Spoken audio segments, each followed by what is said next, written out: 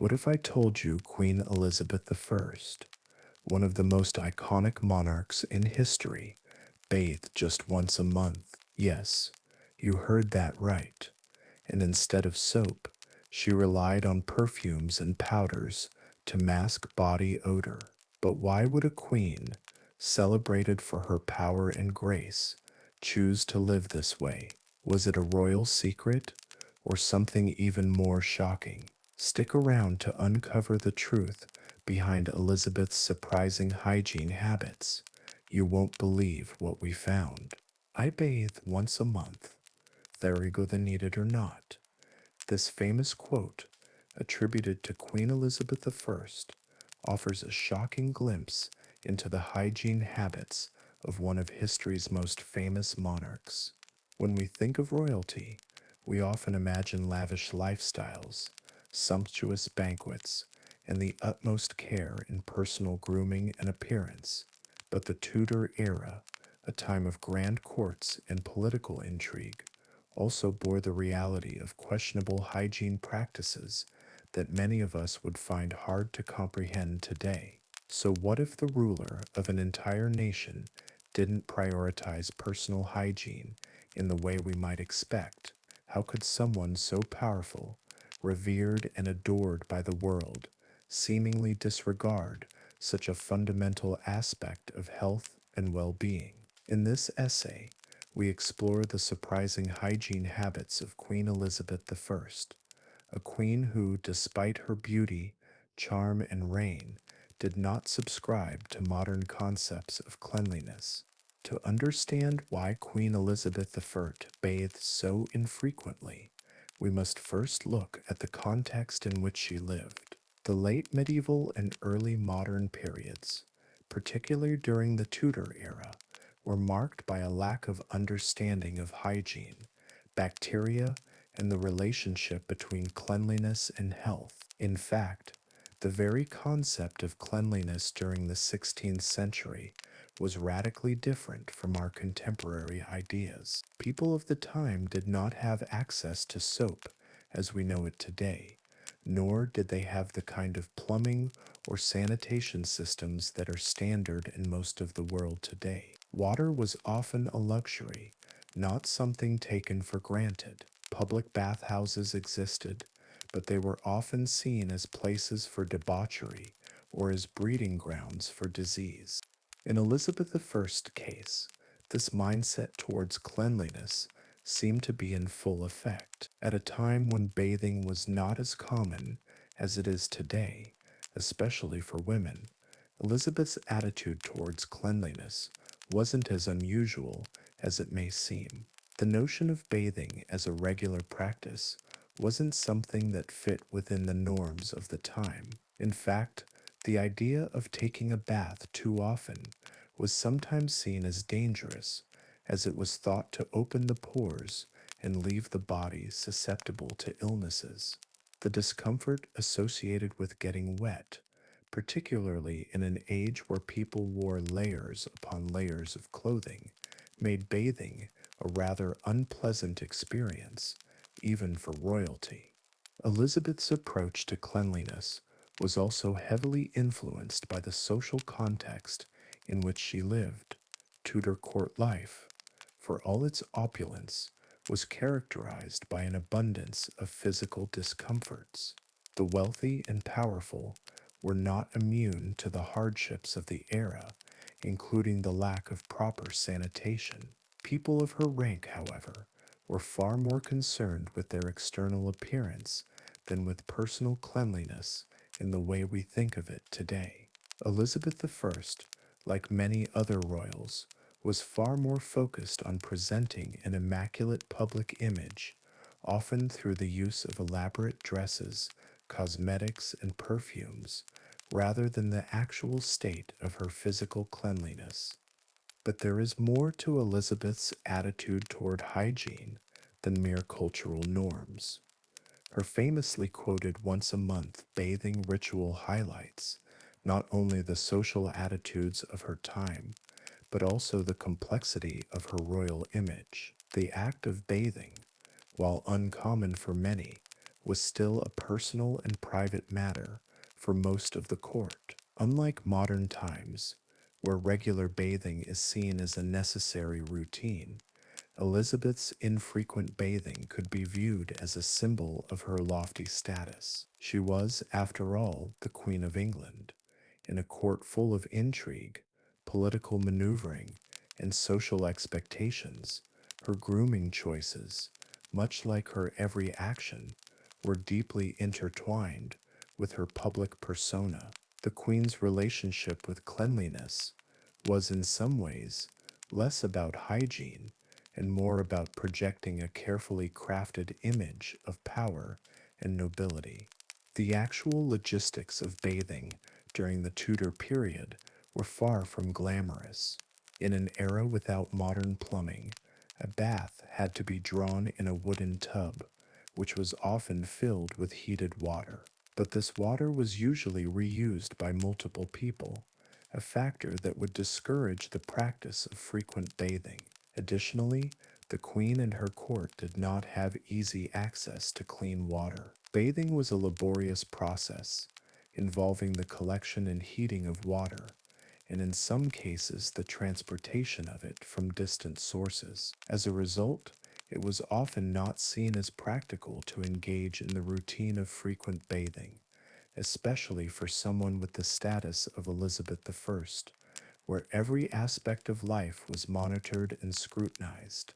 Moreover, Elizabeth's health and physical appearance were closely tied to her image as the Virgin Queen, and her refusal to marry added to the mystique surrounding her. The idea of her immaculate public persona was reflected in her refusal to engage in behaviors that might be seen as undignified. The Queen maintained an elaborate regimen of cosmetics, perfumes, and powders that helped her cover up the body odors that might have resulted from her infrequent bathing. This was, in fact, a common practice among the upper classes in the 16th century, where odor was often masked by fragrant potpourri, scented oils, and powders that were applied liberally. Elizabeth's own personal habits, including the frequent application of perfume and cosmetics, were a reflection of the priorities of her time. These practices were not a sign of laziness or neglect, but rather an attempt to maintain an image of purity, beauty, and divine grace, key attributes for a monarch during the Renaissance. While the Queen may have accepted the prevailing view of hygiene, her court was still a place of conspicuous opulence, with lavish clothes, jewels, and perfumed airs. Elizabeth understood the power of her appearance, and much like her handling of political matters, she mastered the art of controlling public perception. Her hygiene habits, though unorthodox by modern standards, were a calculated decision in a world where appearances mattered more than personal well-being. In a court full of intrigue, foreign diplomacy, and power struggles, being seen as clean was more important than actually being clean. In examining Elizabeth I's surprising hygiene habits, we must also consider the broader context of the Tudor court. Hygiene in this period, especially for the elite, was often a matter of appearance over substance. While the Queen's frequent use of perfumes, powders, and cosmetics may seem excessive by today's standards, they were common among the nobility. In fact, most of the European elite shared similar habits. In a world without antiseptics and advanced medical knowledge, the idea of a clean person was more about how one presented oneself to others than about actual physical cleanliness. In the end, Elizabeth I's famous statement about bathing once a month is a reflection of her time, her status, and the priorities of the Tudor court. It reveals how hygiene practices during the Renaissance were shaped more by social norms and royal expectations than by any understanding of health and cleanliness that we have today. What might appear as strange or unsanitary to modern eyes was simply the way things were in an era where hygiene was not seen as essential to life in the same way it is today. In the Tudor era, what mattered most was the image of the monarch, the queen, who, despite her infrequent baths, still managed to be remembered as one of the most powerful and admired rulers in history. The Tudor era, spanning from 1485 to 1603, was a period defined by a mixture of profound cultural transformation, political intrigue, and a general lack of scientific understanding that would profoundly affect how people lived, worked, and even how they maintained their personal hygiene. The late medieval and early modern periods were times of great change, yet in many ways they were also periods in which people clung to ancient beliefs about the world, often without the benefit of the knowledge we take for granted today. Hygiene, as we understand it, was not yet a concept embraced by society, and cleanliness was not seen as a matter of health, but rather as a sign of status, propriety, and outward appearance. The consequences of this lack of understanding and attention to hygiene were far reaching, impacting everyone from the poorest peasant to the highest monarch. To understand hygiene in the Tudor era, we must first grasp the historical context in which people lived. The medieval mindset was still prevalent during the early years of the Tudor dynasty.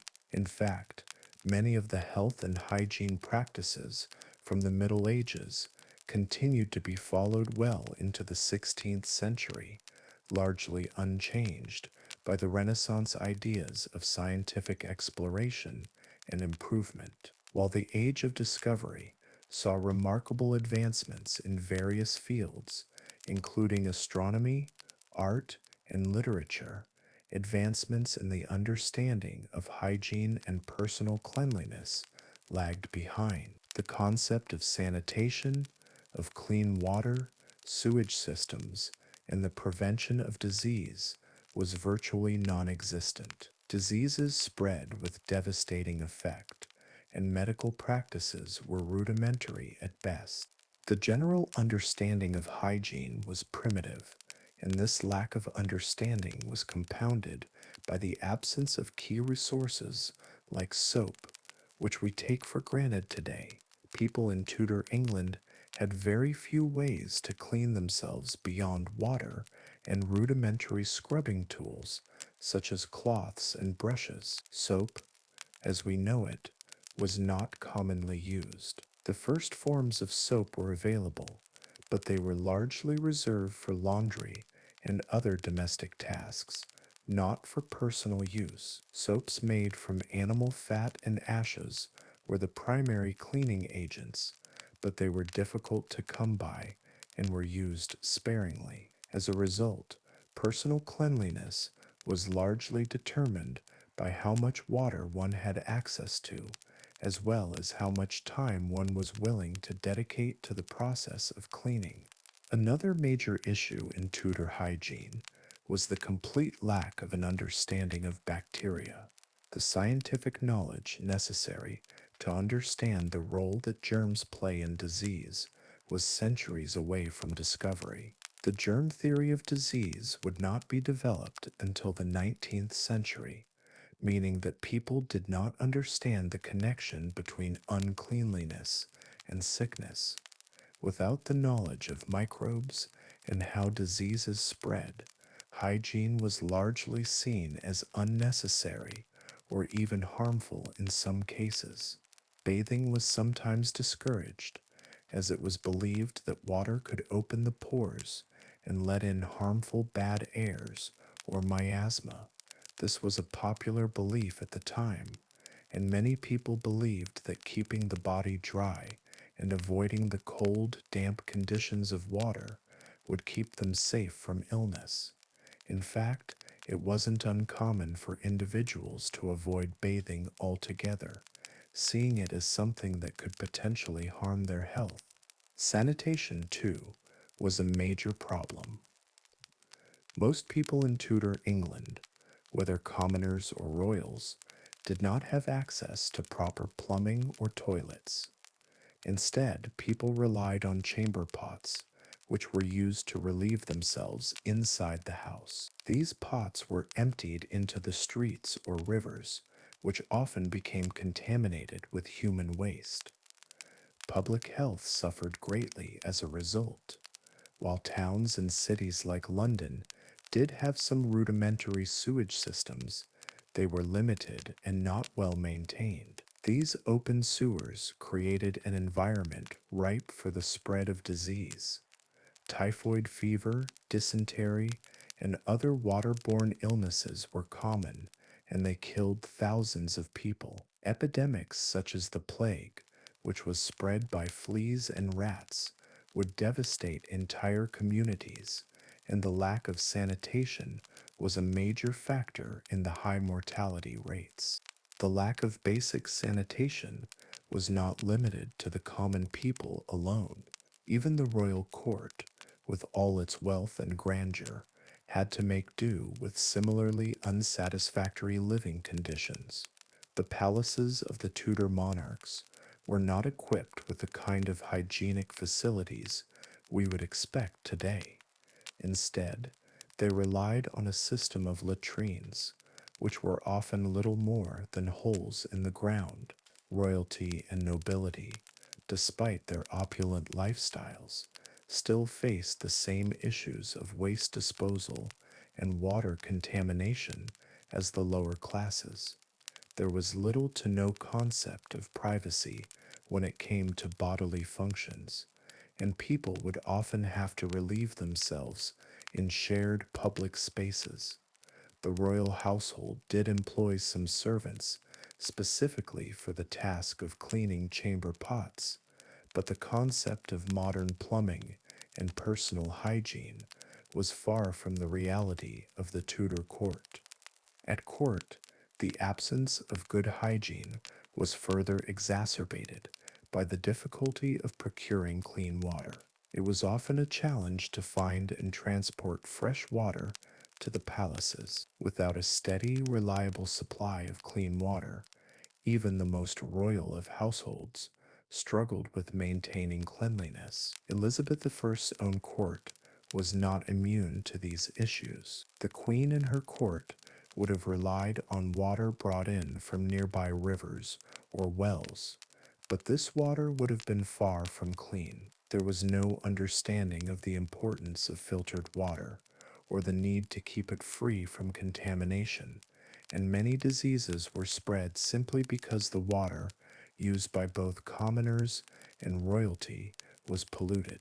The way that people lived in the Tudor period also influenced their hygiene habits. The average person had no choice but to live in close quarters, and this physical proximity led to the rapid spread of disease. People lived in overcrowded homes, often with little ventilation and inadequate lighting.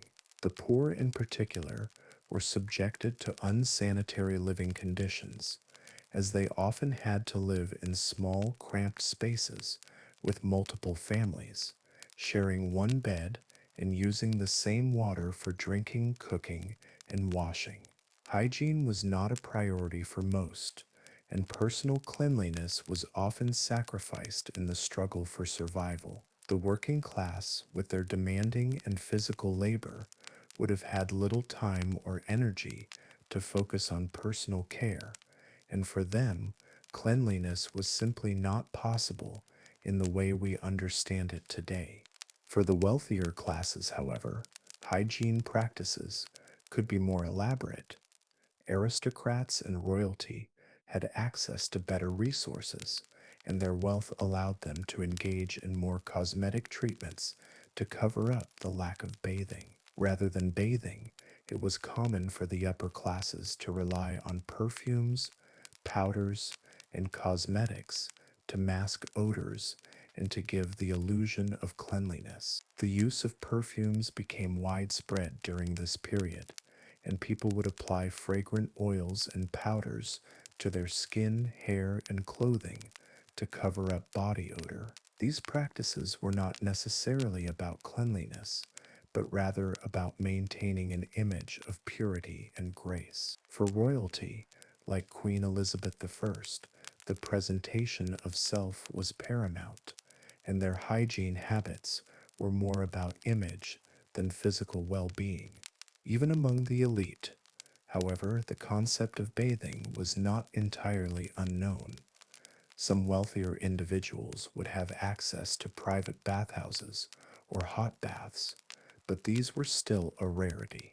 Bathing in Tudor England, even for royalty, was often seen as something of a luxury, and it was far from the daily practice that it is today. Many individuals in the upper classes only bathed once a month or even less frequently. This, coupled with the widespread use of perfumes and powders, meant that while the rich might have smelled better, they were often no cleaner than their lower class counterparts.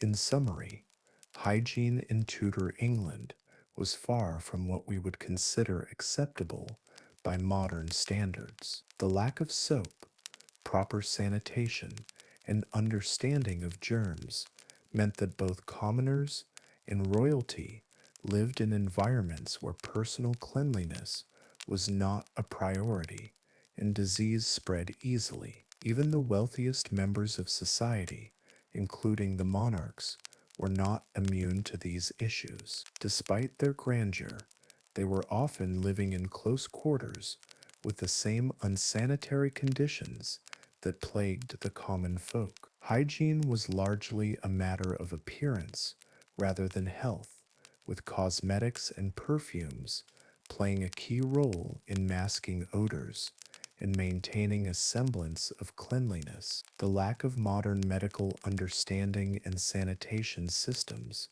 meant that the people of Tudor England, regardless of their social status, had to endure discomforts that would be unimaginable today. Queen Elizabeth I's famously quoted bathing routine, "I bathe once a month, whether I need it or not," continues to astonish modern audiences, particularly in an era when regular personal hygiene is not just a routine, but often a cultural expectation. Her confession might seem shocking today, but to understand why Elizabeth bathed so infrequently, it is necessary to place her habits in the context of her time, the cultural attitudes towards cleanliness, and the environmental conditions that shaped her behavior.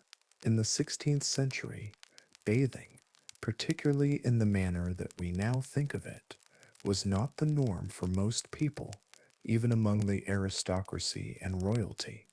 The concept of personal hygiene during this period was not centered on bathing regularly.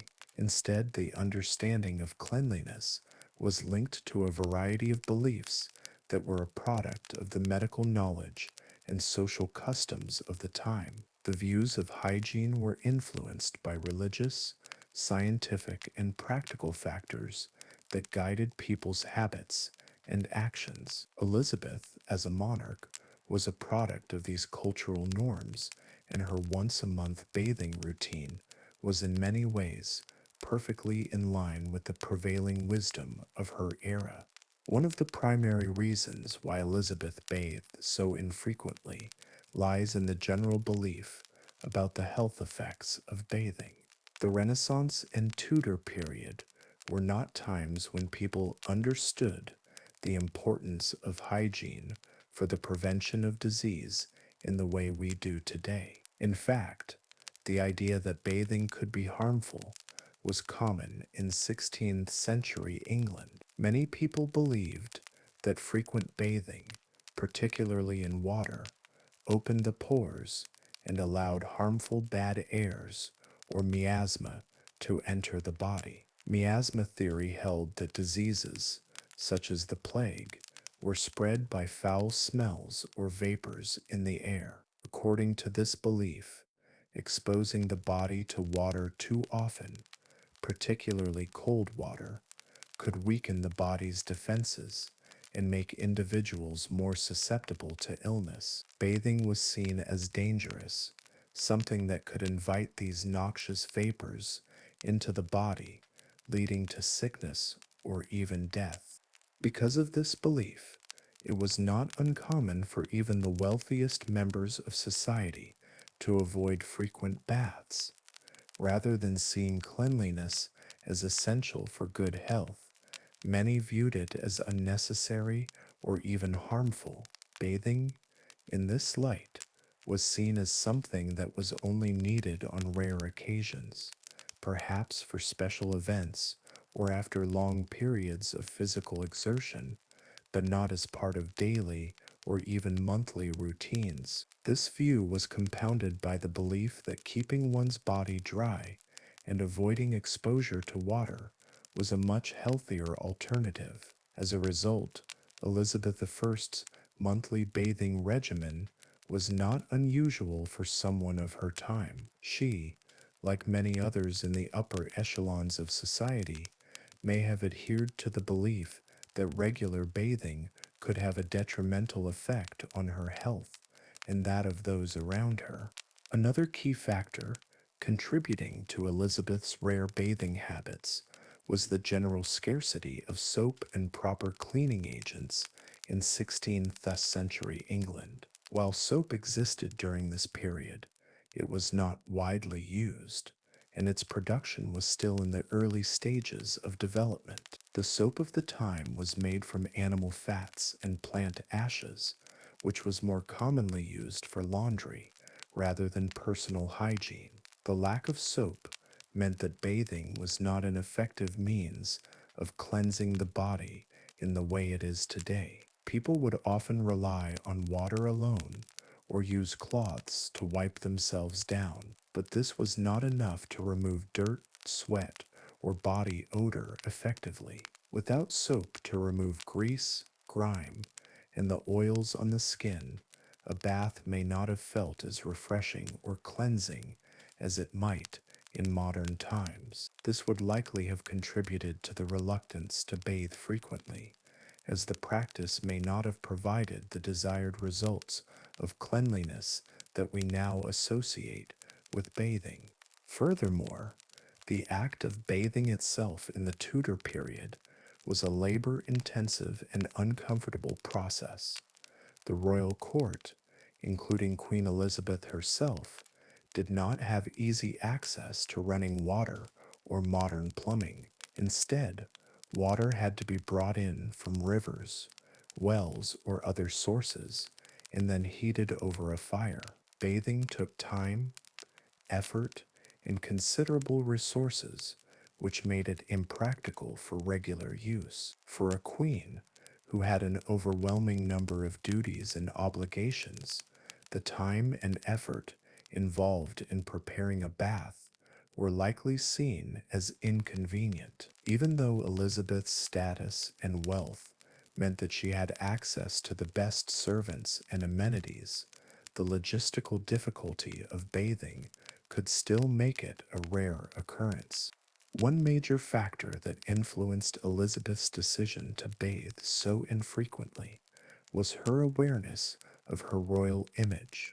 In Tudor England, the cleanliness of a monarch's public persona was less about physical hygiene and more about their ability to present an immaculate appearance. Elizabeth I, the Virgin Queen, was a highly calculated figure, and every aspect of her life was under scrutiny. To maintain the image of divine purity and otherworldliness, she carefully managed her image in both public and private life. Elizabeth's cosmetics, perfumes, and elaborate dresses were central to her persona, creating the illusion of immaculate cleanliness. She often relied on fragrant oils and powders to mask the body odors that came from infrequent bathing.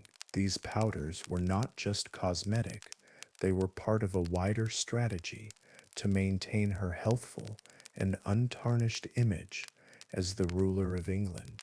Elizabeth's heavy use of cosmetics and perfumes would have masked body odors, which is why, despite infrequent bathing, she was still seen as clean by her contemporaries. The Queen was not unusual in this respect. Many members of the court, including the nobility, would cover their natural odors with perfumes, powders, and cosmetics rather than bathing regularly. For the Queen, who needed to project an aura of purity and regal grace, this was an essential part of her daily routine. In fact, it could be argued that Elizabeth's reliance on cosmetics and perfumes was far more important to her than actually being physically clean. In this way, the Queen's beauty and personal appearance were as much about image control as they were about hygiene. The cold and damp climate of England also played a significant role in Elizabeth's reluctance to bathe frequently. The weather in England during the Tudor period was often harsh and cold, particularly during the winter months. The damp, chilly atmosphere would have made it difficult to keep warm, and exposure to cold water was thought to be dangerous for one's health. It was believed that frequent exposure to cold, damp conditions could weaken the body's defenses and make one more susceptible to illness. Thus, in a climate where cold and wet weather was a common feature of everyday life, bathing in cold water could be seen as impractical and even hazardous. Moreover, the weather would have made it uncomfortable to bathe regularly. Unlike modern times, where warm showers and heated bathrooms are a common luxury, the 16th century lacked the technological conveniences that make bathing comfortable. Water had to be heated in large quantities, and the process was time consuming. Even for a queen like Elizabeth, the logistics of preparing a bath in the cold, damp English climate could have been daunting. The unpleasantness of bathing in such conditions would likely have contributed to her reluctance to bathe more than once a month. Additionally, as Queen Elizabeth had a great deal of public responsibility, and attending to her appearance through cosmetics and perfume rather than bathing regularly may have seemed like a more sensible approach to maintaining her image in the public eye. Despite these factors, it is important to remember that Elizabeth's rare bathing habits were not an isolated phenomenon. Many people in the 16th century, both nobility and commoners, held similar beliefs about hygiene and health. The understanding of disease, the effects of water on the body, and the importance of personal cleanliness were all shaped by the prevailing medical theories of the time. Elizabeth's bathing habits were therefore not unusual for someone of her social status, and her approach to hygiene reflected the cultural and medical norms of the Tudor era. In the context of her time, her once-a-month bathing routine was seen as a practical and acceptable approach to maintaining health and personal cleanliness.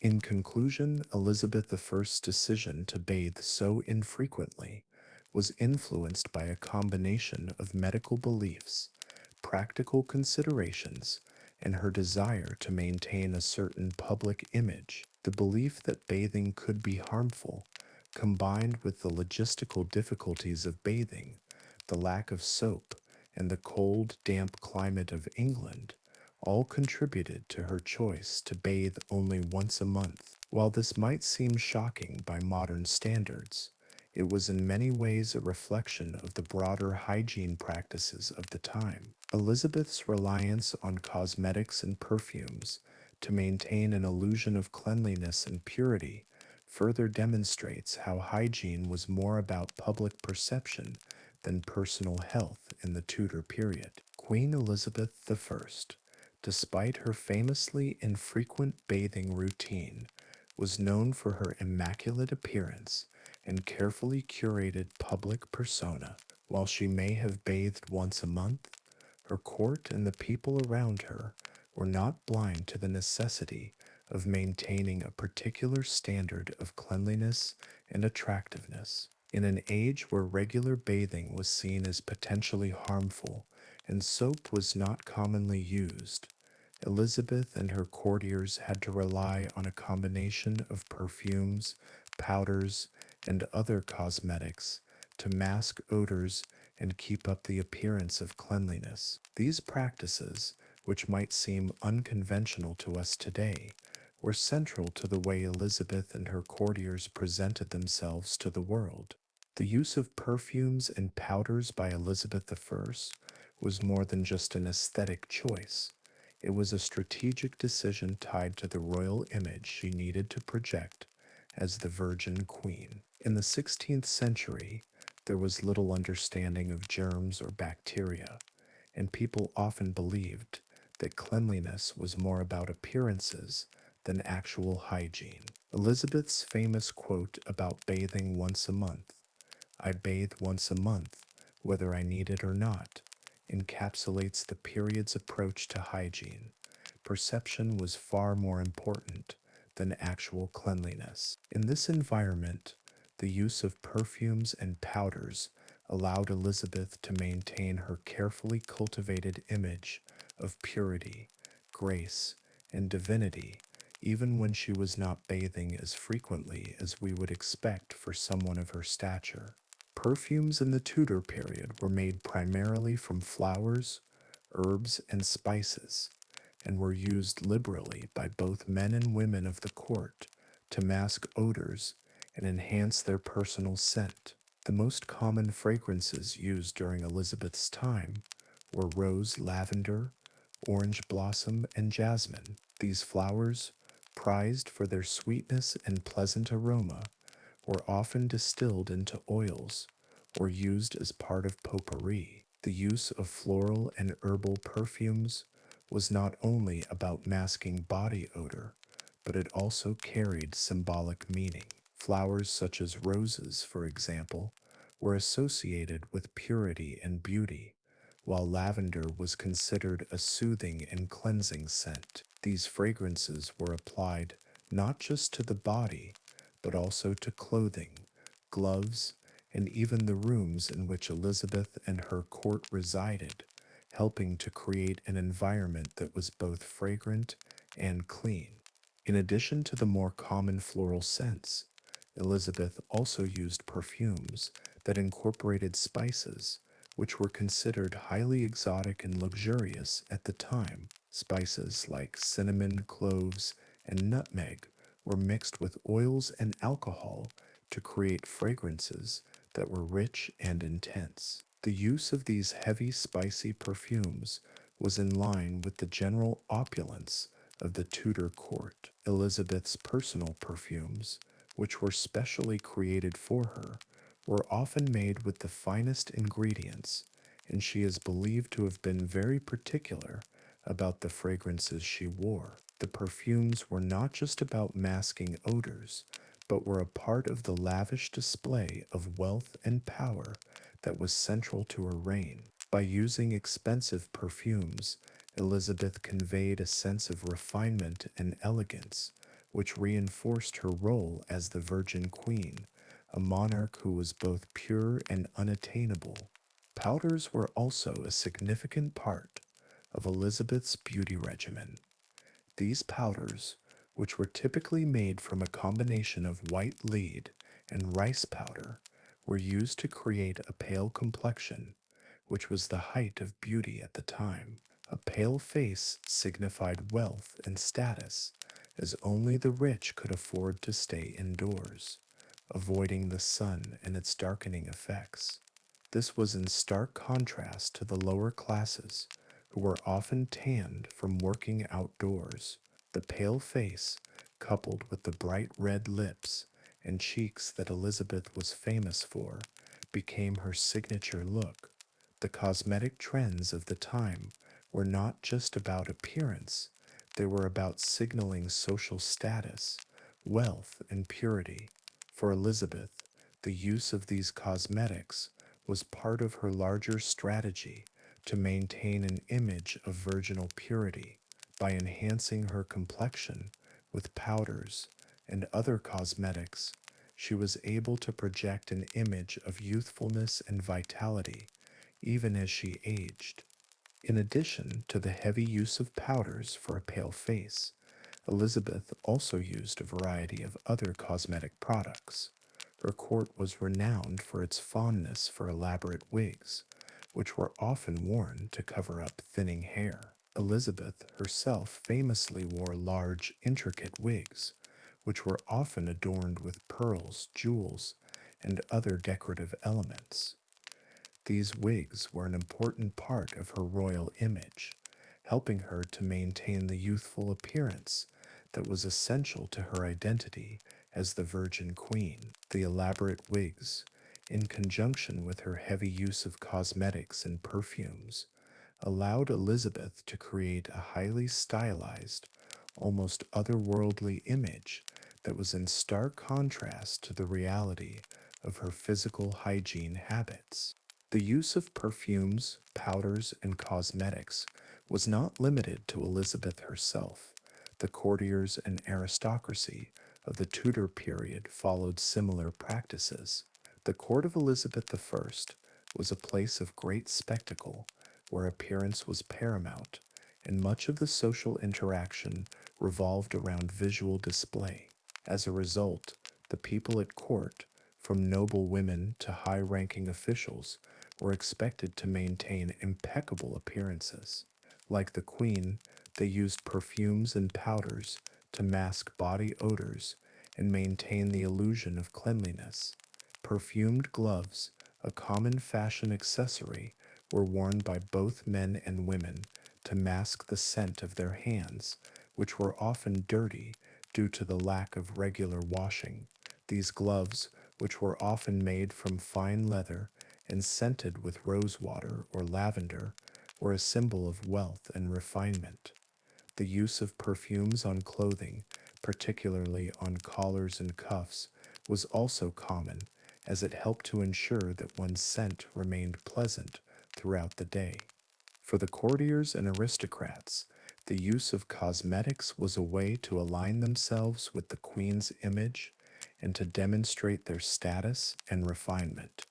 While Elizabeth may have been the most famous for her use of cosmetics and perfumes, she was far from the only one at court who relied on these products to create a desirable image. The need to maintain a fragrant, attractive appearance extended to men as well, who used perfumes and powders to enhance their own personal scent and appearance. It was not uncommon for high-ranking men in the Tudor court to wear scented oils or powders, particularly those in positions of power who needed to project an aura of wealth and authority. Elizabeth herself, despite her reluctance to bathe frequently, would have found it essential to ensure that her courtiers, who often attended her closely, also adhered to these beauty and hygiene standards. The need to maintain a court that was beautiful, fragrant, and elegant was not only about individual vanity,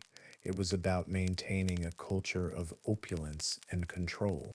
Moreover, the use of perfumes and powders had a social function at court. The Tudors, and especially Elizabeth I, were deeply concerned with the social dynamics within their court, and much of this revolved around the concept of appearance and image. The aristocracy was obsessed with the need to display outward signs of wealth, status, and refinement. The use of perfumes and cosmetics helped to elevate one's social standing, signaling that one was a part of the elite, capable of affording such luxuries. For those who could not afford perfumes or fine cosmetics, the absence of these products could result in a loss of social status, as they were seen as markers of wealth and class. As a result, the influence of Elizabeth's personal use of perfumes and powders extended far beyond her own court. The trends she set were emulated by the aristocracy, and even spread to other European courts. Other monarchs, such as Catherine de' Medici of France, were known to adopt similar practices of heavily perfumed clothing and powdered faces. The use of perfumes became not just a trend, but a necessary part of court life, as it allowed individuals to conform to the social expectations set by Elizabeth's royal court. In conclusion, Queen Elizabeth I's use of perfumes, powders, and cosmetics was central to her personal and public image. Despite her famous infrequent bathing, she maintained an aura of cleanliness and purity by masking body odors with fragrant oils and powders, and by using cosmetics to create a pale, youthful complexion. These practices were not unique to Elizabeth, but were widely followed by the courtiers and aristocrats of her time. Perfumes and cosmetics played a vital role in the creation of the social and political atmosphere of the Tudor court, where appearances were everything. For Elizabeth, as for her courtiers, the use of these products was not just about beauty, it was about maintaining an image of wealth, power, and divine purity, ensuring that the queen remained untarnished by the practical realities of hygiene in the 16th century. The Tudor era, marked by its opulent courts, political intrigue, and the reign of the formidable Queen Elizabeth I, was also a period where hygiene was far from a priority. In fact, the lack of regular bathing and the rudimentary sanitation practices of the time created a variety of risks to health that would seem unimaginable today. Diseases spread with terrifying speed, and the connection between poor hygiene and illness was not understood in the way we know it now. The absence of modern medical knowledge, combined with an unsanitary environment, resulted in devastating outbreaks of disease that wiped out large portions of the population, including the elite. Despite this, Queen Elizabeth I and her court managed to survive, a feat that is all the more remarkable given the state of hygiene and health in 16th century England. The risks associated with a lack of hygiene in the 1500s were significant, as the understanding of bacteria, viruses, and sanitation was virtually non-existent. People in the Tudor period did not have the scientific knowledge we possess today about how diseases are transmitted or how poor hygiene can contribute to outbreaks. Bathing was seen as unnecessary or even harmful in some cases, and it was not uncommon for people to go for weeks or even months without washing themselves. Instead of regularly cleaning their bodies, people relied on perfumes, powders, and cosmetics to mask body odor and create the illusion of cleanliness. This lack of hygiene, combined with the cramped, unsanitary living conditions of both the nobility and the common people, created an environment ripe for the spread of disease. One of the major dangers of poor hygiene in the Tudor period was the rapid spread of contagious diseases. The lack of understanding about germs or the importance of sanitation meant that illnesses like dysentery, typhoid, and cholera were common in both rural and urban areas. These diseases were primarily spread through contaminated water, which was often a common source of infection. People drank from wells, rivers, and other water sources that were often contaminated with human waste. The lack of plumbing and sewage systems meant that waste was frequently dumped into open sewers or into the streets, where it could be easily spread by the wind, animals, or even people walking through it. In addition to waterborne diseases, the Tudor period was also plagued by outbreaks of more serious diseases, including the bubonic plague and syphilis. The bubonic plague, which had ravaged Europe in earlier centuries, made several reappearances in England during the 16th century. This deadly disease was transmitted by fleas that lived on rats, which were common in towns and cities. The plague spread rapidly through crowded urban areas, and the lack of sanitation and hygiene practices only exacerbated the problem. The smell of rotting food waste and the bodies of the ill contributed to the miasma theory of disease, which held that foul smelling air could cause illness.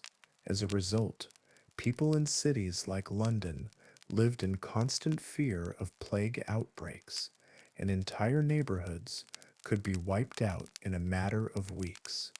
Syphilis, another major health concern of the Tudor period, was another disease that contributed to the risks of poor hygiene.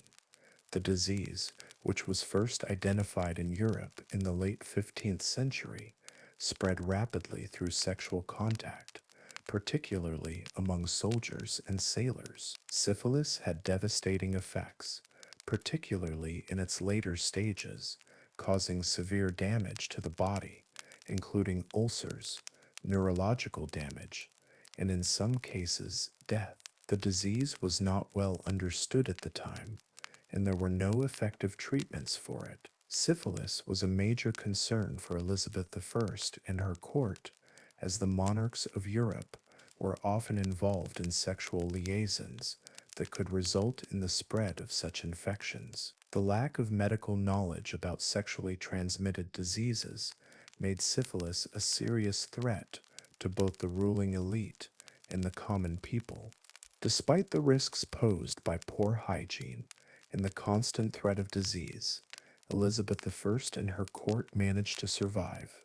The Queen's survival through numerous outbreaks of the plague and other deadly diseases can be attributed to several factors, including the isolation and protection that came with her royal status. Elizabeth, like other monarchs of the time, lived in relatively protected circumstances, where the threat of disease was less immediate. The Queen's court, though filled with people who could have contracted diseases, was also isolated from the worst of the epidemics. The monarch's entourage was shielded by the wealth and resources that came with the crown. Though it may seem paradoxical, the opulent lifestyle of the Tudor court, complete with its grand palaces and isolated chambers, may have been a factor in preserving the Queen's health during outbreaks of plague and other diseases. In addition, the court was carefully managed to ensure the Queen's safety from the threat of disease. Elizabeth's royal residences, such as Hampton Court Palace and the Tower of London, were relatively isolated from the general public, which reduced the likelihood of contamination by infected individuals. While there were occasional outbreaks of disease at court, the Queen and her immediate circle of advisors were typically able to avoid direct exposure to the most dangerous conditions. For instance, when the plague would begin to spread in London, Elizabeth and her court would often retreat to more rural areas where they were less likely to come into contact with infected individuals. In some cases, the royal family would even leave the city entirely until the outbreak subsided. This isolation was a luxury not afforded to most people, particularly the commoners who had to remain in the unsanitary conditions of the cities. Furthermore, while Elizabeth may have been exposed to the same poor hygiene practices as others in her time, she had access to the best medical care available in the 16th century. The Tudor court employed physicians and apothecaries who were responsible for maintaining the health of the Queen and her courtiers. While these doctors lacked the advanced knowledge and tools of modern medicine, they were still able to provide some level of care, albeit with limited success. The medical treatments available at the time were primitive by today's standards, with remedies often involving herbal concoctions, bloodletting, and other now outdated practices. Nevertheless, Elizabeth's access to the best medical care and her relatively sheltered lifestyle likely played a role in her ability to survive, even in the face of deadly outbreaks like the plague and syphilis. The Queen's use of perfumes, powders, and cosmetics to mask body odors was also an important factor in mitigating the risks associated with poor hygiene.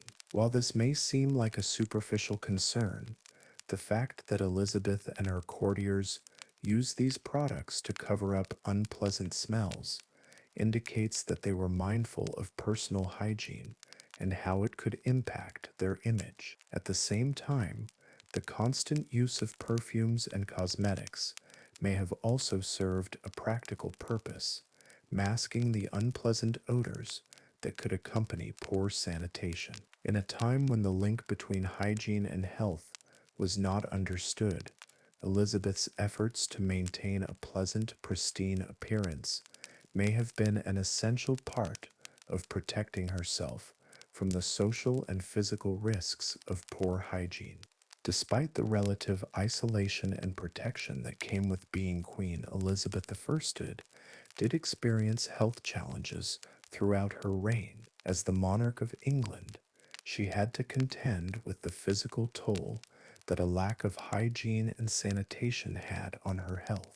Elizabeth had several bouts of illness during her reign, and her health was often a topic of concern for her advisors. For example, in 1562, the Queen fell seriously ill with what was believed to be a form of smallpox, which caused her to temporarily lose her ability to govern effectively. Fortunately, she survived this illness, as she did with many others throughout her life. Nevertheless, it is clear that despite her royal privileges, the risks of disease and the challenges posed by poor hygiene were ever present in her life.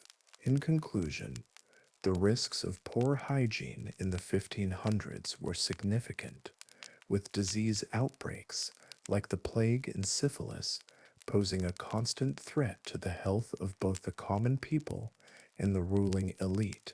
Elizabeth I and her court were not immune to these risks, but their royal status and access to resources allowed them to survive in a way that most people could not. The Queen's sheltered lifestyle, combined with her access to medical care, her use of cosmetics and perfumes, and her ability to retreat to safer areas during outbreaks, all contributed to her survival. However, despite these protections, the challenges posed by poor hygiene and the lack of sanitation were ever present, and even Elizabeth, with all her wealth and power, was not entirely immune to the dangers of her time. In the Tudor court, hygiene was far from just a matter of personal care or health.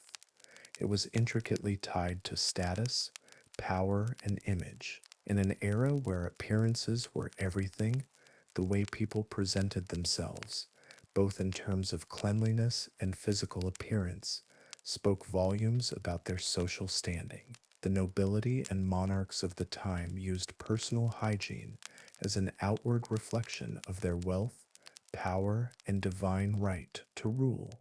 For Queen Elizabeth I, hygiene became a tool in the crafting of her royal persona, while her personal hygiene habits, such as her famously infrequent baths, might seem shocking by today's standards. They were deeply entwined with her role as monarch and the perception she wished to project to the court and the world. In this context, cleanliness was not simply a matter of physical well-being, but a complex social signal that reinforced her position as the Virgin Queen and a figure of divine power. In the 16th century, hygiene was far more than a private matter. It was a public spectacle. People in the Tudor court, particularly the elite, understood that their personal cleanliness was deeply connected to their social rank. The wealthier and more powerful a person was, the more they were expected to maintain a pristine outward appearance. This was particularly true for Queen Elizabeth I, whose status as a monarch demanded a carefully curated image of purity, grace, and divinity. Elizabeth was acutely aware of the importance of her public image, and her hygiene practices, or lack thereof, were an integral part of that image. Bathing, which was a private and sometimes complicated act in the Tudor period, was not simply about hygiene, but was also linked to the public's perception of royal authority and the monarch's image as an untouchable, divine figure.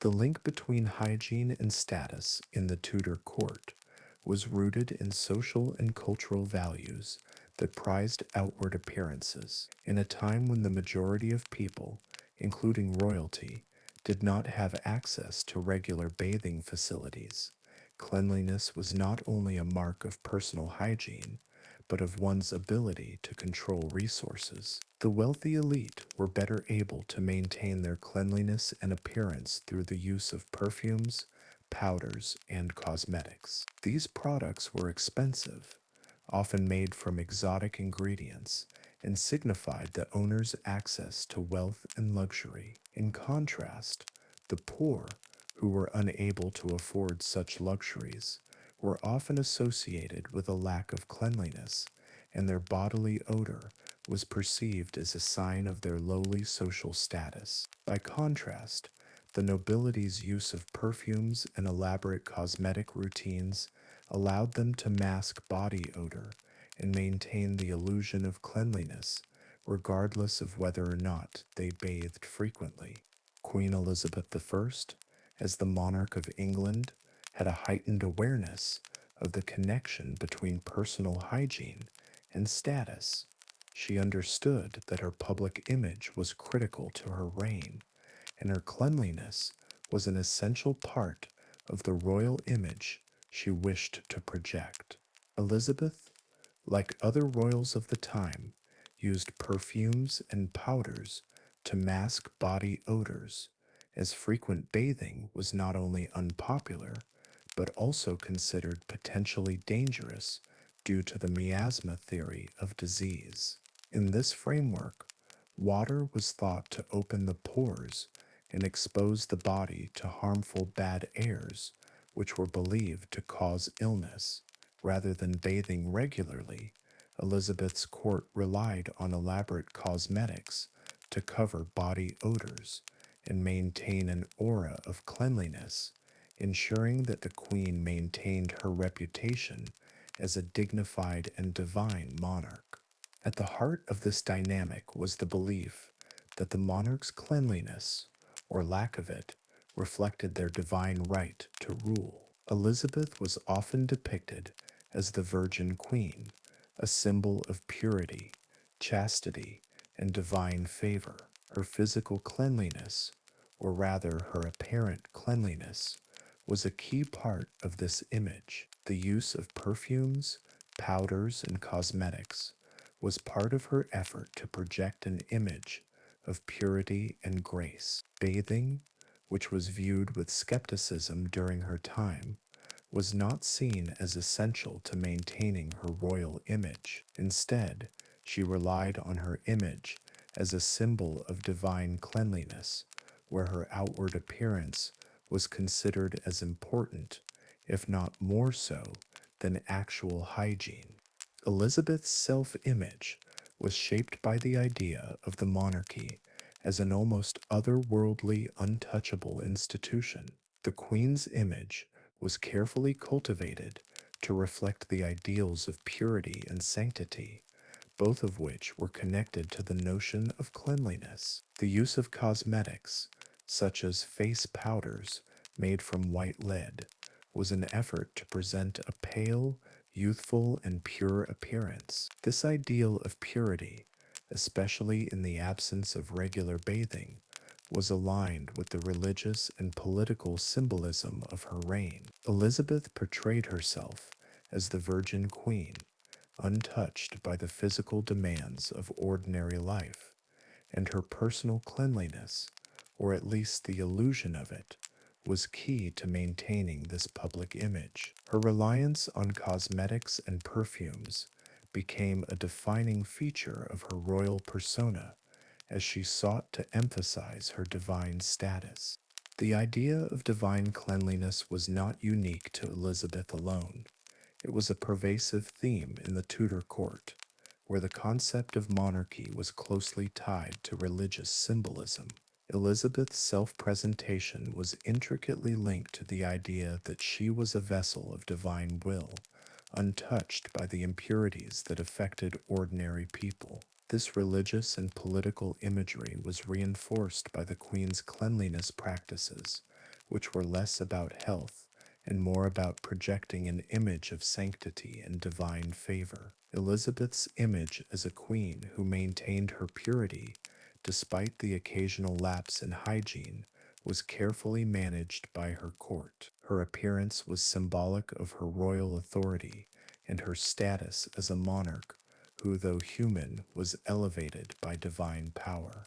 This connection between cleanliness and power also had practical implications for the power dynamics within the court. Elizabeth's role as monarch was one that required constant negotiation of power, both with her court and with her subjects. By maintaining a pristine public image, Elizabeth reinforced her position as the center of power in England. In a society where outward appearances were closely scrutinized, her immaculate presentation helped secure her authority and served as a tool to assert her dominance. The act of presenting herself as clean, pure, and untouchable allowed Elizabeth to maintain control over her image and, by extension, her political power. It was a reflection of the political order she governed, a monarch who, though separated from the people in terms of status and personal life,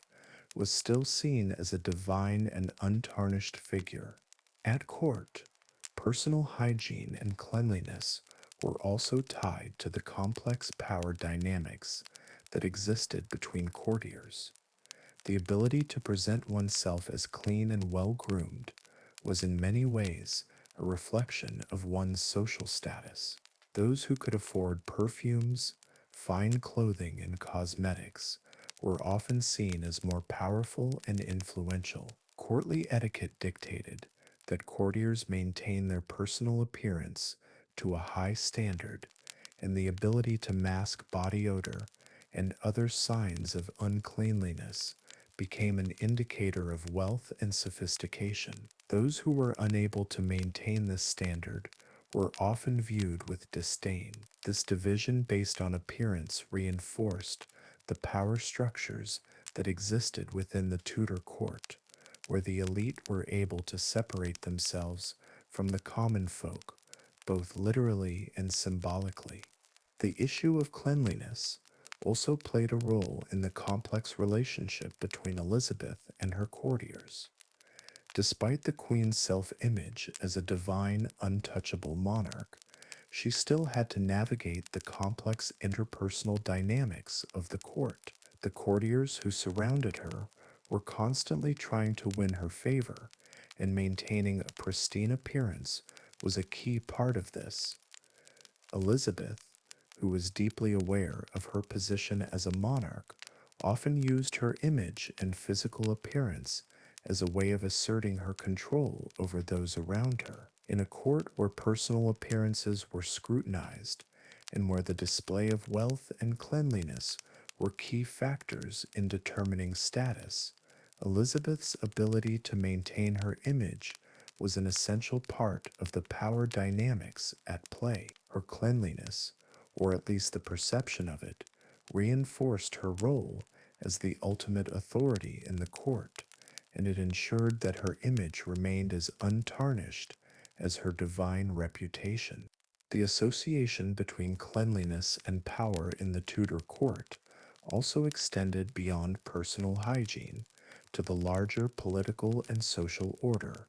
Elizabeth's court was a place where power was constantly shifting, where those who had access to wealth and resources were able to maintain their appearances and by extension, their influence. Cleanliness became a symbol of social mobility, where the elite were able to project an image of refinement and sophistication, while those who were not able to keep up with the demands of courtly life were seen as inferior. Elizabeth's reliance on perfumes and cosmetics to maintain her image as the Virgin Queen not only reinforced her power within the court, but also sent a message to her subjects that the monarchy was above the physical impurities of ordinary life. The Queen's self presentation as pure and divine, in combination with the larger system of status and power at court, allowed her to maintain her position as one of the most formidable and revered monarchs in history. In conclusion, hygiene in the Tudor court was intricately linked to status and power. The way Elizabeth I and her courtiers presented themselves through cleanliness and appearance was more than just a matter of personal care.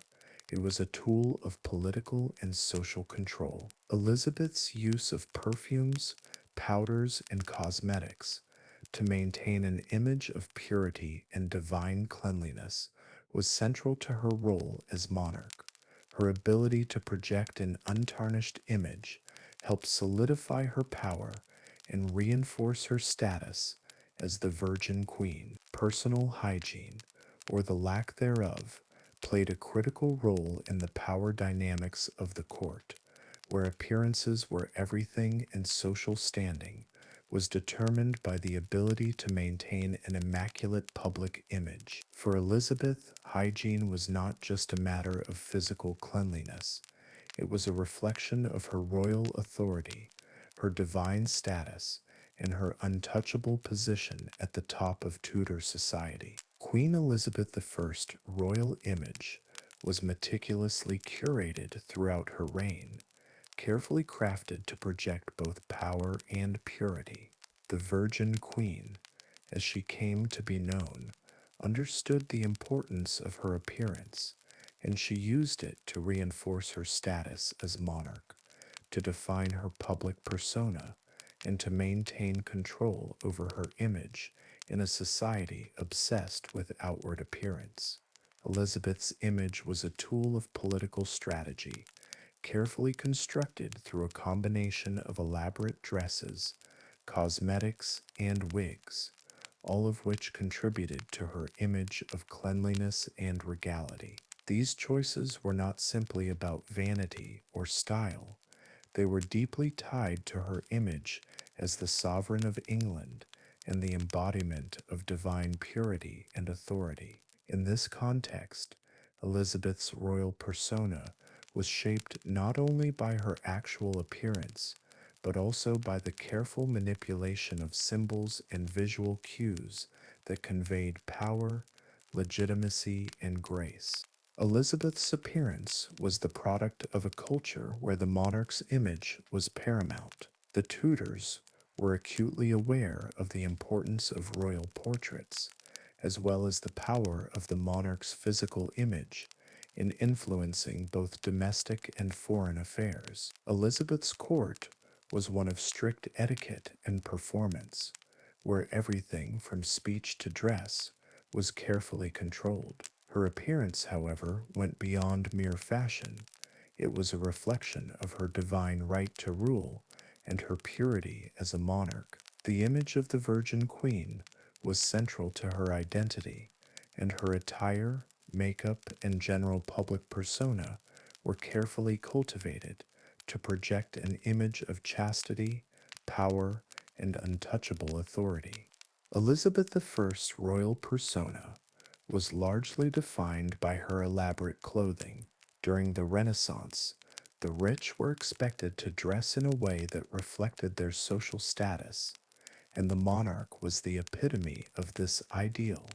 Elizabeth's dresses were not just beautiful, they were meticulously designed to symbolize her power and elevate her status above all others. Her wardrobe consisted of intricate, high-necked gowns made from luxurious fabrics such as silk, velvet, and satin, often adorned with pearls, jewels, and elaborate embroidery. These garments were meant to communicate the queen's wealth and her connection to the divine, as well as to set her apart from the common people, whose clothing was far simpler. Her clothing, often rich in symbolism, reinforced the image of a monarch who was not of the earth but a figure elevated by divine right. The opulence of her dresses spoke to her supreme status, and they were designed not just for beauty, but also to convey messages about her power and authority.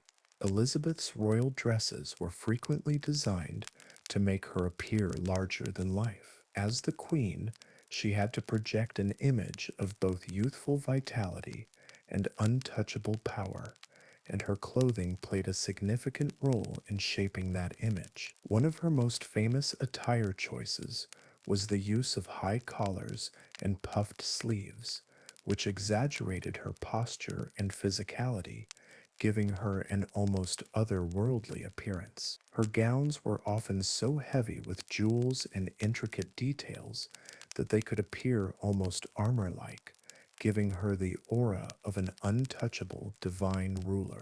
The use of intricate designs and expensive materials was not just a matter of fashion, it was a deliberate visual statement. These garments, in their grandeur, represented Elizabeth's divine authority, reinforcing the message that her rule was sacred and untouchable. In addition to her dresses, Elizabeth's use of makeup was also central to her carefully curated image. The Queen's pale complexion, which became one of her most iconic features, was achieved through the use of elaborate cosmetics. Pale skin was a symbol of purity and nobility during the Renaissance, and Elizabeth made sure to maintain this look throughout her reign. Her makeup routine often included the use of white lead, a substance that was used to create a stark, pale complexion. This cosmetic trend was prevalent at the time, particularly among the elite, and was intended to signify wealth and beauty. However, it came with serious health risks, as lead is toxic and prolonged use could cause poisoning. Nevertheless, Elizabeth, despite these dangers, adhered to this beauty ideal as her pale skin became an integral part of her public image. In addition to her use of white lead, Elizabeth also used rouge to accentuate her cheeks and lips. This, combined with the pale foundation, created a stark contrast that highlighted her youthful appearance. The use of makeup was not simply a personal preference, but a carefully controlled aspect of her public persona. Elizabeth, as the Virgin Queen, had to project an image of purity and vitality, and her makeup helped her to maintain this ideal. Her painted face was part of the larger symbolism of her reign, a visible representation of her status as a monarch, untouched by the ravages of time or the physical demands of marriage and childbirth. Through her makeup, Elizabeth was able to maintain the illusion of eternal youth, which became one of the key aspects of her royal image. Wigs, another crucial component of Elizabeth's appearance, played a major role in maintaining her royal image. Elizabeth famously wore elaborate wigs, often made of real human hair, to cover her thinning or graying hair. In an era when a full head of hair was considered a symbol of youth and vitality, Elizabeth's wigs allowed her to maintain the image of the youthful, vibrant monarch. These wigs were often adorned with pearls, jewels, and ribbons, further adding to her regal appearance. Her wigs were not just a fashion statement, but a reflection of her desire to maintain an image of youthful purity and divine favor. Much like her dresses and makeup, her wigs were carefully chosen to enhance her public image and to project an image of power and control. The elaborate nature of Elizabeth's wigs, makeup, and dresses set her apart from other monarchs of her time. While other rulers also paid attention to their appearances, Elizabeth's image was particularly symbolic and visually striking. For example, Queen Catherine de' Medici of France, contemporary of Elizabeth, was also known for her elegance and elaborate dress, but her image was often associated with political manipulation and intrigue rather than divine purity. Catherine's reign was marked by political alliances and strategies, often involving her use of marriage and familial ties to solidify her position. In contrast, Elizabeth's image was less about political machinations and more about projecting a sense of divine, almost mystical power. While both queens were skilled political operators, Elizabeth's focus on the projection of purity and untouchability made her image fundamentally different from that of other monarchs of the time. Moreover, Elizabeth's use of her appearance to reinforce her virginity and purity was another key element that set her apart from her contemporaries. While many monarchs during the Renaissance used their marriages and progeny to solidify alliances and maintain power, Elizabeth's refusal to marry and the public image she cultivated as the Virgin Queen made her an exception. Her image as a monarch untouched by marriage or motherhood became central to her identity. Her clothing, wigs, and makeup were all used to emphasize this aspect of her persona, reinforcing the idea that she was a sovereign untouched by the physicality of marriage and reproduction. This in turn contributed to her larger image as a ruler with a divine connection, an image that was uniquely Elizabethan. In comparison to other monarchs, Elizabeth's visual representation as the Virgin Queen stood out in its distinctiveness, while other rulers, such as Queen Mary the of England or Catherine de' Medici, also used their appearances to communicate authority and power. Elizabeth's image was uniquely tied to her identity as a ruler who was above the physical needs and constraints of human life. Her purity, symbolized by her makeup, dresses, and wigs, became the hallmark of her reign, allowing her to project an image of eternal youth, power, and divinity. Elizabeth's mastery over her image allowed her to transcend the typical confines of royal power, turning her physical appearance into a symbol of her untouchable authority. While Elizabeth's image was carefully constructed to communicate purity and divine right, it also had a practical function. Her appearance allowed her to project control over the court and her subjects. By controlling her public image so carefully, Elizabeth was able to maintain her position at the center of power, even as she navigated the challenges of rule in a male-dominated society. Her use of clothing, makeup, and wigs was not just a matter of personal vanity, but a strategic means of reinforcing her political and royal authority. In conclusion, Elizabeth I's appearance was an integral part of her carefully crafted royal image. Through the use of elaborate dresses, makeup, and wigs, she maintained an image of divine purity, youth, and power, reinforcing her status as the Virgin Queen. Her appearance was symbolic of her reign, representing both her divinely ordained authority and her untouchable, eternal youth. In contrast to other monarchs of the time, Elizabeth's focus on purity and virginity set her apart, and her carefully curated image played a central role in the politics of her reign. Through her physical appearance, Elizabeth communicated not only her power, but her ability to transcend the limitations of human life, solidifying her place as one of the most iconic monarchs in history. The Tudor court was a place of opulence and splendor, where the wealth and power of England's monarchy were on full display. Yet, despite the grandeur and wealth that defined the lives of Elizabeth I and her courtiers, hygiene within the palace walls was far from the pristine image one might expect. The stark contrast between the outward beauty of the court and the lack of proper hygiene practices reveals a deeper reality about life in the 16th century, particularly for the elite. Hygiene was not a priority at the Tudor court, and the discomforts of this lack of attention to cleanliness were something that both the monarch and her courtiers had to endure. Their practices, or lack thereof, reflect the broader social norms and limitations of the time, where personal cleanliness was secondary to appearances, power, and social status. At the Tudor court, hygiene was not governed by the same expectations that we have today. There were no modern bathrooms, no running water, and no understanding of germ theory.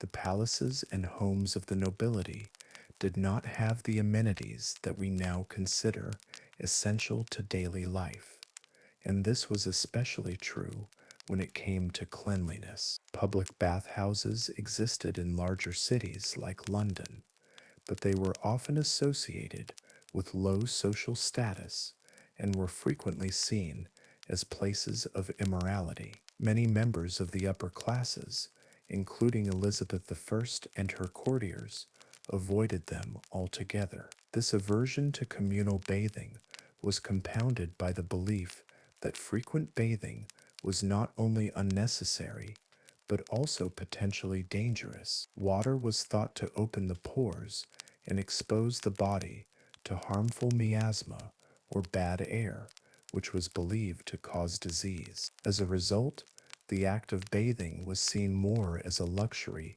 or rare indulgence rather than a regular habit. Elizabeth I's hygiene habits have long been a subject of fascination, largely due to her own famous admission that she bathed only once a month, whether she needed it or not. While this may seem shocking by modern standards, it was not entirely unusual for people of her time, particularly among the royal class. Elizabeth's avoidance of regular bathing was not a sign of neglect or laziness.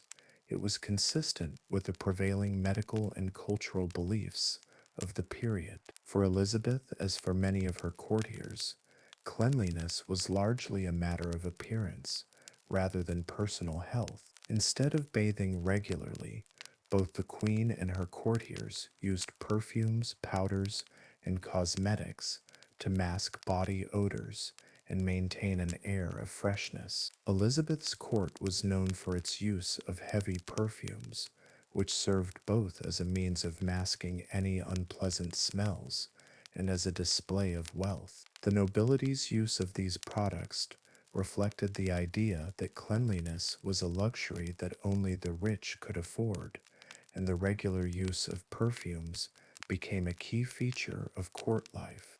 The courtiers at the Tudor court followed similar hygiene habits as Elizabeth, using cosmetics, perfumes, and powders to present themselves as clean and refined. Just like their monarch, the courtiers did not prioritize regular bathing, but instead relied on the use of fragrant oils and scented powders to mask odors and preserve their appearances. Bathing was simply not a frequent occurrence, and when it did happen, it was a significant event. Water was not a readily available resource, and when it was used for bathing, it had to be carefully collected, heated, and brought to the royal chambers. This process was costly, time-consuming, and inconvenient, making regular bathing a rare luxury rather than a routine. The elite of the court, who were able to afford such indulgences,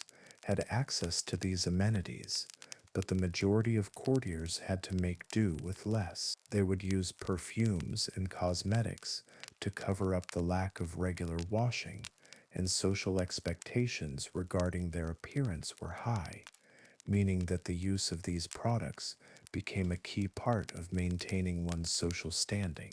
Even when baths did take place, they were often public events that required considerable preparation. Bathing facilities were limited, and the lack of modern plumbing meant that water had to be fetched from wells or nearby rivers and then boiled over a fire to make it suitable for use. For the wealthy, this might have meant that they could have a bath drawn in a large wooden tub. However, the process was cumbersome, and the water would often be reused, sometimes by several people in succession, making the experience less than sanitary by modern standards. The court's general hygiene practices, or lack thereof, were a reflection of the broader social conditions of the time, in which cleanliness was a luxury few could afford and even fewer practiced regularly. Even the Queen's own practice of bathing once a month in a society that did not prioritize cleanliness can be seen as indicative of the prevailing attitudes toward hygiene among the court and the upper classes. Water itself was a highly precious commodity during the Tudor period, unlike today, where access to clean water is taken for granted. Water during Elizabeth's reign was not something that was easily available to everyone. The cost of water, particularly clean water, was high. In a society without modern water treatment systems or plumbing, water had to be manually gathered, often from wells or rivers. This made it both difficult and expensive to bathe regularly. For the wealthy, the cost of heating and transporting the large quantities of water required for a bath was not a significant burden, but for the common people, it was a far different story.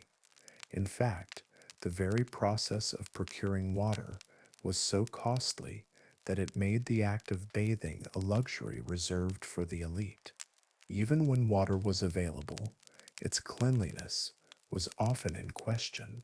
Rivers, wells, and other water sources could easily become contaminated with waste, making access to clean, safe water rare and difficult to secure. For the nobility, this lack of sanitation was not a pressing concern, as they could afford to have their water filtered or transported from distant, uncontaminated sources. However, for the majority of people, the lack of access to clean water meant that hygiene was a constant struggle.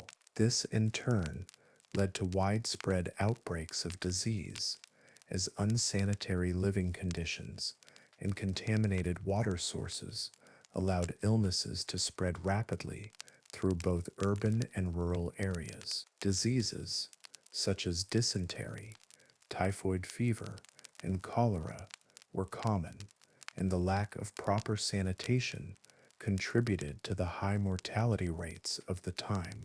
While Elizabeth and her court may have had the resources to procure water for bathing and other personal care needs, their hygiene practices were still limited by the prevailing attitudes and technologies of the time. The Queen and her courtiers did not have the luxury of modern bathrooms, and their understanding of the importance of personal cleanliness was based more on appearances than on an actual understanding of sanitation. The use of perfumes, powders, and cosmetics to mask odors was a way to create the illusion of cleanliness without the actual benefits of regular washing. This reliance on cosmetics became a defining feature of Tudor court life, as both the Queen and her courtiers understood the importance of their public image and the need to maintain an appearance of refinement and cleanliness. The royal court of Elizabeth I was a place of both splendor and discomfort, where the wealth and power of the monarchy were on full display, but where the realities of life in the 16th century were also evident.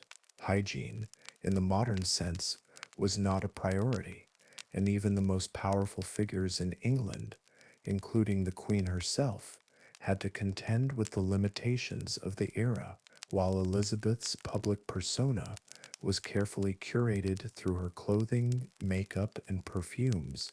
Behind the palace walls, the discomfort of inadequate hygiene was ever present. The courtiers, like the queen, used cosmetics and fragrances to cover up the lack of regular bathing, and the high cost of water and the difficulties of maintaining proper sanitation made hygiene a luxury few could afford. Despite the court's focus on appearances, the reality of Tudor court hygiene was one of discomfort, inconvenience, and the lack of the cleanliness we now take for granted. In conclusion, Tudor court hygiene practices were shaped by the social, cultural, and technological limitations of the time. The wealthy elite, including Elizabeth I and her courtiers, maintained an image of cleanliness through the use of perfumes, cosmetics, and powdered clothing, but regular bathing was not a widespread practice. Water, a vital resource, was expensive, difficult to obtain, and often contaminated, making bathing a rare luxury. The discomforts of inadequate hygiene at the Tudor court were a reflection of the broader societal norms and technological limitations of the era, while the monarch and her courtiers were able to afford a level of cleanliness that the common people could not. Their hygiene practices were still shaped by the realities of a world without modern sanitation or an understanding of germs and disease. The court's practices, or lack thereof, reveal the complex relationship between status, power, and cleanliness in the 16th century. Queen Elizabeth I, one of the most iconic monarchs in history, has been the subject of countless myths and misconceptions. Among the most enduring of these myths are those surrounding her personal hygiene. In a time before modern plumbing, the notion of hygiene was vastly different from what we understand today. Yet Elizabeth's personal care has often been exaggerated, distorted, or misinterpreted. Many people have been led to believe that she maintained an immaculate cleanliness regimen, or conversely, that she was entirely neglectful of her health. In truth, the reality of Elizabeth's hygiene practices was much more complex, influenced by the societal norms, medical beliefs, and the royal image she worked tirelessly to craft. This exploration of myths versus reality offers a deeper understanding of what we have gotten wrong about Elizabeth I's hygiene and how historical records have sometimes shaped her reputation in ways that do not align with the facts. The most pervasive myth about Queen Elizabeth I's hygiene is that she was the picture of cleanliness, constantly bathed and primped to maintain an impeccable appearance. This image has been partly fueled by the lavish portraits of the Queen, which often show her adorned in regal, perfectly pressed gowns, her skin flawlessly pale, and her hair styled in the most opulent fashion. However, the truth is that Elizabeth's approach to personal cleanliness was vastly different from the modern understanding of hygiene. It is often stated that Elizabeth bathed infrequently, if at all. In fact, Elizabeth herself was known to have famously said that she bathed once a month, whether she needed it or not. This was a reflection of the prevailing attitudes towards cleanliness at the time, rather than any neglect of personal care. Bathing was not a regular practice for the nobility in the 16th century, and it was far from the luxury we consider it today. Bathing, for most people in Elizabeth's time, was an unpleasant chore rather than a relaxing self-care ritual. Water was not readily available, and the process of drawing, heating, and transporting it to a tub was both expensive and labor-intensive. As a result, most people, even the wealthy, avoided regular baths. The aristocracy, including Elizabeth, typically relied on other means to keep themselves clean, chiefly perfumes, powders, and cosmetics. The queen used cosmetics and perfumes not only to mask body odor, but also as a means of maintaining her divine, untarnished image. These products were often made from expensive ingredients, making their use a status symbol, and they were central to the queen's royal persona. Rather than bathing, Elizabeth and her court would apply scented powders and fragrant oils to create an illusion of cleanliness. The myth that Elizabeth was obsessively clean overlooks the reality that her hygiene practices were more about perception than actual health. This brings us to the next myth surrounding Elizabeth's hygiene, that she was constantly preoccupied with her appearance and was exceptionally fastidious in her personal grooming. While it is true that Elizabeth understood the importance of her public image and worked hard to maintain it, her approach to grooming was quite different from what we might expect of a modern ruler. Elizabeth's portraits, which played a significant role in her reign, were carefully orchestrated representations of her image as a youthful divine monarch. These portraits often showcased her immaculate attire, pale complexion, and regal bearing. Yet behind this polished public image, Elizabeth's actual personal grooming was not as extensive as we might assume. For example, the Queen's famous pale skin was a result of the heavy use of white lead, a toxic substance that was applied to her face to create the illusion of youth and purity. While this cosmetic was in vogue at the time, it was far from ideal for maintaining actual skin health. The use of white lead as a facial cosmetic was common among the nobility, yet the dangers of lead poisoning were not understood during Elizabeth's time. The pale complexion was intended to convey Elizabeth's elevated status as a monarch untouched by the physical labor of common life, but in reality, it was a beauty ideal that came at the expense of her skin's health. The Queen's dedication to her appearance was largely an outward show for political and public purposes, rather than a reflection of her true commitment to personal hygiene.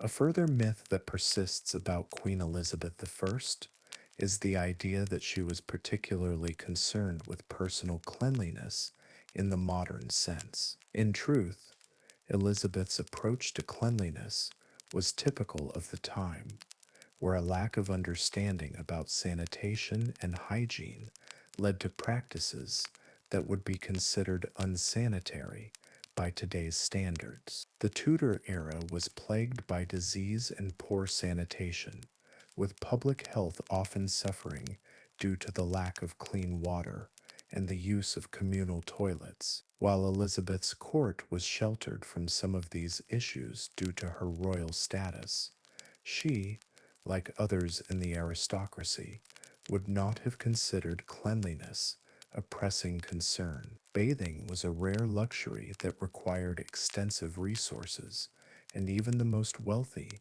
were limited in their ability to maintain regular personal care. Elizabeth's reluctance to bathe frequently was consistent with the prevailing medical beliefs of the time. There was a widespread belief in the dangers of bathing, particularly the idea that exposure to water could open the pores and make a person vulnerable to illness. This concept was rooted in the miasma theory of disease, which posited that illnesses were caused by bad air or vapors, rather than germs or bacteria. To avoid these bad airs, many people, including the royal family, avoided regular bathing. Instead, perfumes and powders were used to mask body odors. In this sense, Elizabeth's hygiene practices were typical of the elite, who, though they had access to luxury items like perfumes, still adhered to the hygiene norms of their time. The idea that Elizabeth bathed infrequently was not an unusual or negligent practice. It was simply a product of the limited understanding of hygiene during the 16th century. Much of what we know about Elizabeth's hygiene comes from historical records, which have often been exaggerated or misinterpreted over time. The Queen's reputation as a monarch, who was always impeccably clean and well groomed, likely stems from the grandeur of her court and the high expectations placed on her public image. Court chroniclers and artists often presented her as the epitome of purity and grace, focusing on her appearance as a reflection of her royal and divine status. The portraits of Elizabeth, which have survived through the centuries, were carefully constructed to emphasize her youth, beauty, and regal authority. These images, coupled with historical accounts of her courtly behavior, contributed to the myth of Elizabeth as an ever immaculate, almost supernatural figure. However, modern assumptions about Elizabeth's hygiene, often based on these exaggerated historical records, fail to account for the complex realities of life in the 16th century. It is important to distinguish between Elizabeth's public persona and her actual hygiene practices. Her public image was meticulously crafted to reflect her divine right to rule and her untouchable, pure status. She was portrayed as a monarch, untouched by the common physical realities of life, including the dirt and sweat that accompanied it. This image was bolstered by the use of cosmetics, elaborate clothing, and perfumes, which were designed to maintain the illusion of cleanliness and purity. In reality, however, Elizabeth's hygiene practices were not dramatically different from those of other monarchs and courtiers of her time, and they were shaped by the limitations of 16th century medical knowledge and societal norms. Elizabeth's hygiene has also been the subject of many misconceptions because of her use of perfumes and cosmetics. While these were intended to mask odors and enhance her appearance, they have often been interpreted as signs of extreme vanity or obsession with cleanliness. The truth is that Elizabeth, like many of her contemporaries, used these products as a way of presenting herself in accordance with the beauty standards of the time. These products allowed her to maintain her royal image, but they were not necessarily a sign of a deeper concern with personal hygiene. Instead, they were part of the larger cultural practice of maintaining appearances, which was especially important for royalty and the aristocracy. In recent years, there has been a growing understanding of how historical records and modern assumptions have shaped our perceptions of Queen Elizabeth I's hygiene. The Queen's reliance on perfumes and cosmetics has often been misinterpreted as an indication of extreme personal cleanliness, when in fact it was simply a reflection of the social norms of her time. Elizabeth's appearance, like that of other monarchs, was carefully constructed to project an image of purity and power rather than to reflect an actual commitment to personal hygiene. The idea that Elizabeth bathed infrequently is not a modern condemnation of her cleanliness, but a recognition of the hygiene practices common in the 16th century, particularly among the wealthy elite. In this context, her hygiene habits were neither shocking nor negligent. They were simply a product of the era in which she lived. In conclusion, the myths surrounding Queen Elizabeth I's hygiene reveal much about how historical records and modern assumptions have distorted the truth about her personal care. While Elizabeth's public image was carefully crafted to emphasize her purity and divine right to rule, the reality of her hygiene practices was much more in line with the standards of her time. Bathing was not a regular habit for Elizabeth, as it was not for most people of the period, especially among the aristocracy. The use of perfumes and cosmetics to mask body odors was a standard practice for both the queen and her courtiers. The exaggerations and misinterpretations of Elizabeth's hygiene have created a distorted view of her personal habits, which fail to take into account the social, cultural, and medical realities of the 16th century. By examining these myths and separating them from historical facts, we can gain a more accurate understanding of Queen Elizabeth I as both a monarch and a woman living in a time when hygiene was vastly different from what we know today. Queen Elizabeth I's reign is one of the most remarkable in English history. Not only did she oversee the English Renaissance, but her leadership also defined an era of cultural and political strength that still influences the world today. However, beyond her political and military successes, the Queen's personal hygiene habits have sparked much interest, largely due to the contrasting ideals of the time. Her limited approach to cleanliness, including her infamous admission that she bathed only once a month, offers insight into both the attitudes toward health and hygiene during the Tudor period and the ways in which such practices influenced her life. Reflecting on Elizabeth I's hygiene habits offers valuable lessons about the evolution of health practices, the importance of self-care, and how past decisions can have far-reaching effects on a person's longevity and leadership. In the context of her time, Elizabeth's hygiene practices were not unusual. The Tudor era, marked by limited scientific knowledge and poor access to sanitation, had a very different understanding of personal cleanliness compared to modern times. Bathing was seen as something to be avoided by many, especially the aristocracy, because it was believed that water opened the pores, allowing harmful bad airs or miasma into the body, which was thought to cause illness. Elizabeth I, like many in her court, followed this convention, using perfumes and cosmetics to mask any potential body odors rather than engaging in regular washing. She famously remarked that she bathed once a month, whether she needed it or not, a statement that has since become emblematic of her reign. While modern hygiene practices would deem this unhealthy, it is essential to consider the historical context.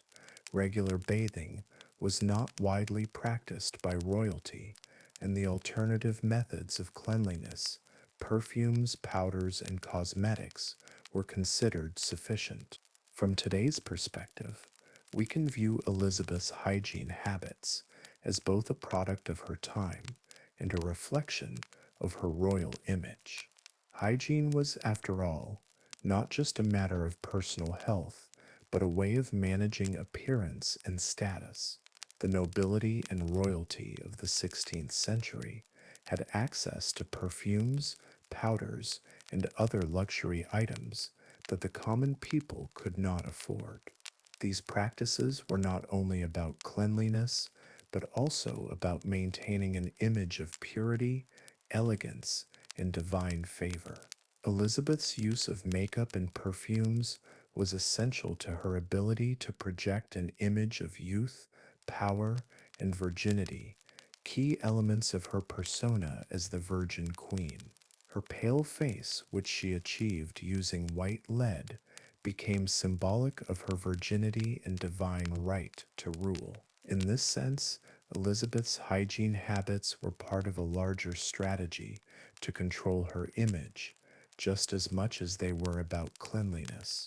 One of the most significant lessons that can be drawn from Elizabeth's approach to hygiene is the understanding that what is deemed healthy or hygienic is often shaped by the prevailing cultural, medical, and social norms. In Elizabeth's case, Her hygiene choices were rooted in the medical theories of the time, particularly the miasma theory of disease, which posited that bad air caused illness. Without the scientific knowledge we have today about germs and bacteria, people used the tools available to them, perfumes, powders, and cosmetics, to mitigate odors and conceal the absence of more rigorous cleaning practices. While this approach may seem outdated or even harmful by modern standards, it is essential to remember that Elizabeth's choices were a reflection of the limited medical understanding of the time. It was only much later that the importance of regular washing, sanitation, and germ theory was discovered. In terms of Elizabeth's longevity and rule, the impact of her hygiene choices remains a topic of debate. Elizabeth reigned for 44 years, and she survived numerous bouts of illness. However, despite her relatively infrequent bathing and reliance on perfumes and cosmetics, her longevity could be attributed to a variety of factors that went beyond hygiene alone. First, she had access to the best medical care available in the 16th century. While the medical practices of the time were rudimentary, Elizabeth had physicians at her disposal who tended to her health when she fell ill. In 1562, for instance, she contracted a serious illness thought to be smallpox.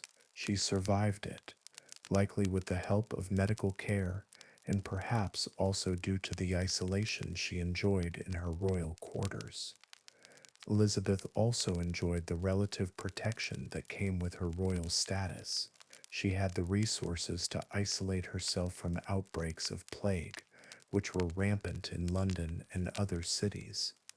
The Queen's use of cosmetics and perfumes, which helped to maintain an image of cleanliness and youth, may have also contributed to her ability to endure her long reign in relatively good health. However, the Queen's hygiene habits were not without risks. Elizabeth's reliance on cosmetics, such as white lead to maintain her pale complexion, likely had negative consequences for her skin health. The toxic effects of lead poisoning were not understood at the time, but prolonged use of such cosmetics could have led to chronic poisoning, which can cause neurological damage, skin lesions, and even death. While Elizabeth survived these practices, her contemporaries, some of whom used similar cosmetics, were not always so fortunate. The fact that Elizabeth's use of cosmetics did not result in visible harm does not mean that her approach to hygiene was necessarily harmless. It's a reminder that the superficial aspects of health, such as appearance, do not always reflect underlying health conditions. As we consider the broader implications of Elizabeth's hygiene choices, we can learn valuable lessons about how hygiene practices have evolved over time and the importance of understanding health in a more holistic way. Modern hygiene practices, founded on the understanding of germ theory, sanitation, and the need for regular cleaning, are a far cry from the methods used in the 16th century. Today, we recognize the importance of personal hygiene for preventing the spread of diseases and maintaining overall well-being.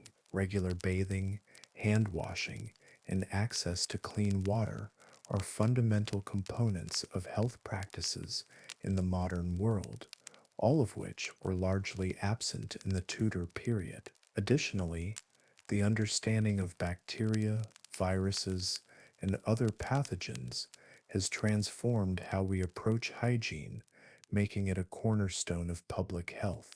Perhaps one of the most important lessons to take away from Elizabeth I's hygiene practices is the evolution of scientific knowledge and its impact on health. In Elizabeth's time, people could only make do with the information and tools available to them, relying on theories like miasma to explain disease and adopting practices that seemed to keep illness at bay but were ultimately misguided. Modern hygiene practices, which are based on scientific research and the understanding of microorganisms, have drastically improved the quality of life, longevity, and public health. Clean water, the development of soap, the invention of disinfectants, and the implementation of sanitation systems in modern cities have dramatically reduced the spread of infectious diseases, improving life expectancy and quality of life worldwide. Elizabeth's hygiene habits also highlight the role that perception and status play in how hygiene is practiced. Her reliance on cosmetics and perfumes was a way of maintaining an image that would reinforce her power and divine right to rule. In the modern world, there remains a similar relationship between personal hygiene and social status, though the focus has shifted from external appearance to actual health. Today, personal cleanliness is seen not only as a matter of aesthetic appeal, but also as an essential element of good health and well-being. The rise of public health campaigns, greater access to hygiene products, and an emphasis on self-care in modern society reflects a cultural shift toward valuing health over outward appearance. When looking at Elizabeth's legacy, it's also worth considering how the perception of hygiene influenced her reign. Elizabeth I's image as the Virgin Queen was a key element of her power. By maintaining the illusion of purity and cleanliness, she reinforced the idea that she was untarnished by the physical, sexual, and political realities that governed other monarchs. In a world where image and reputation were paramount, her reliance on cosmetics to project an image of divine purity helped her maintain a lasting legacy of strength, wisdom, and untouchable authority. Her image as an icon of grace and virtue served as a powerful tool for political maneuvering, especially as she navigated the complex religious and political landscapes of 16th century Europe. The enduring fascination with Elizabeth I's hygiene habits also speaks to the changing attitudes towards health and personal care over time. Today, the availability of modern hygiene products, medical knowledge, and healthcare infrastructure has drastically improved individual health, reducing the need to rely on the external presentation of cleanliness. While Elizabeth's use of perfumes and powders was a necessary method of survival and power during her time, modern hygiene emphasizes the importance of preventative care and regular cleanliness to maintain both health and personal well-being.